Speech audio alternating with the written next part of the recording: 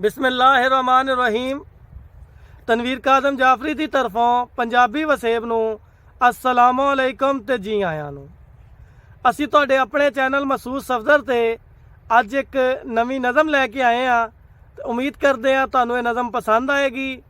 ये नज़म बेसिकली एक दिल के जज्बातां ते लिखी हुई है।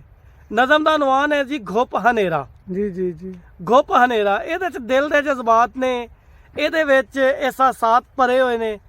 छोटी जी मुख्तसर जी नज़म है, लेकिन ਇਹਦੇ ਵਿੱਚ ਤੁਹਾਨੂੰ एक ਜਿਹੜੀ रूहानियत नज़र आएगी वो एक ਵੱਖਰੀ होएगी।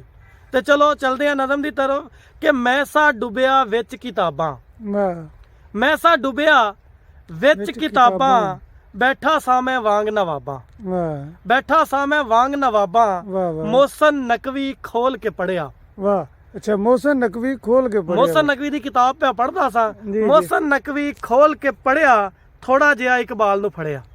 बांगे ते राह भी मेरे कोल पई सी, थोड़ा जिहा इकबाल नूं फड़िया ते बंद कमरे विच कल्ला कारा। अच्छा, बंद कमरे विच कल्ला कारा, ना कोई दिलबर यार सहारा। फिर अचानक बिजली टुर गई। अच्छा, फिर अचानक बिजली टुर गई, सोच गरीब मस्कीन दी मुड़ गई, सोच गरीब मस्कीन दी मुड़ गई। चारे पासे घुप हनेरा। अच्छा, चारे पासे घुप हनेरा, डाडा दरिया दिल सी मेरा, डाडा डरिया दिल सी मेरा, डाडा डरिया दिल सी मेरा। ते आई याद कबर दी वहशत। अच्छा, आई याद कबर दी वहशत, होई मेरी खराब इंज हालत। अच्छा, मैं अजाब कबर तो डरिया। अच्छा, तस्बीह दे विच की कुछ पढ़िया। मैं अजाब कबर तो डरिया, तस्बीह दे विच की कुछ पढ़िया।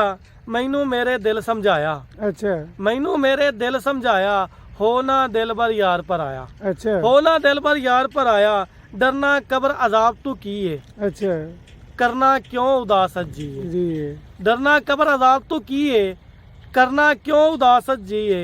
जिक्र हुसैन दा करदा जावी, मुर्शद दा लड़ फड़दा जावी। जिक्र हुसैन दा करदा जावी, मुर्शद दा लड़ फड़दा जावी। ते कबर हशर विच आप सहारा, पुत्र अली दा राज दुलारा। कबर हशर विच आप सहारा, पुत्र अली दा राज दुलारा। रहिंदा मेरे दिल नूं चैन, अपना राहबर पीर हुसैन, अपना राहबर पीर।